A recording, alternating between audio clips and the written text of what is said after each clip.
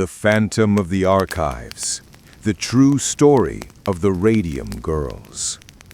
Look at your watch. Have you ever considered how deeply connected a seemingly innocent object can be to a horrifying secret? What if the glow that helped you tell time in the darkness wasn't just light, but a slow, invisible death sentence? This is the story of the girls who shone, the deadly beauty that consumed them, and the silent, shocking legal battle that changed industrial history in America forever. The year is 1917. America is entering World War I, and a new, almost magical element is revolutionizing industry: radium. This luminous substance, recently discovered by Marie Curie, promised a glow that never faded. And in factories across New Jersey, Illinois, and Connecticut, hundreds of young women, most teenagers, were hired for a glamorous job, applying radium paint to the dials of military watches and clocks. They were known as the Radium Girls. For these working-class women, it was a dream job. The work was delicate, well-paid, and carried a thrilling prestige. They worked for the United States Radium Corporation and other companies, applying the shimmering green-yellow dust using fine camel hair brushes. The process was painstaking, and the foreman demanded a razor-sharp tip on every brush. Here lies the moment the magic turned into poison. To achieve that perfect tip, the girls were instructed in a technique called lip pointing or tipping. They would lightly wet the brush tip with their lips, shaping it to a point, and then dip it back into the paint. Each time they did this, they ingested a microscopic dose of the radioactive material. They were told the paint was harmless. They were even encouraged to play with the glowing powder. They painted their fingernails with it, decorated their teeth for dates, and dusted their hair so they would literally glow when they went out dancing at night.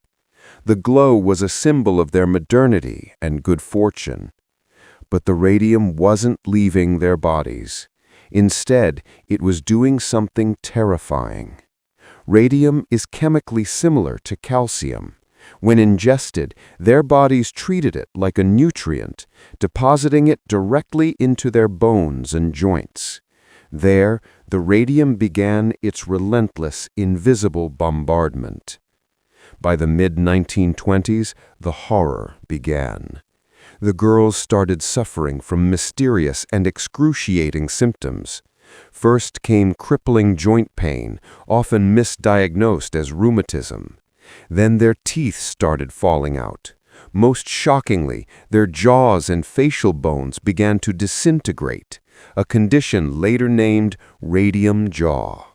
Their bones were literally crumbling from the inside, slowly being eaten away by the element that gave them their dazzling light. The companies, particularly U.S. Radium, were aware of the danger. They knew from scientific papers that radium was hazardous.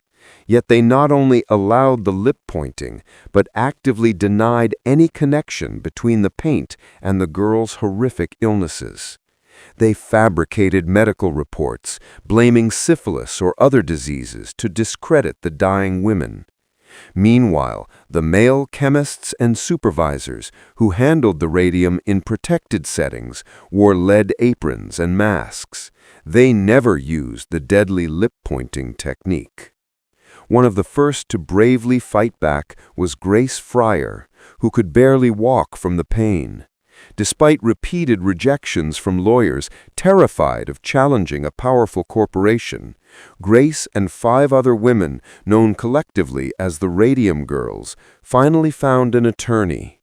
In 1927, they launched a landmark legal battle that captivated and horrified the nation. The case was a media sensation. The women were so sick that they were often unable to raise their arms to take the oath in court.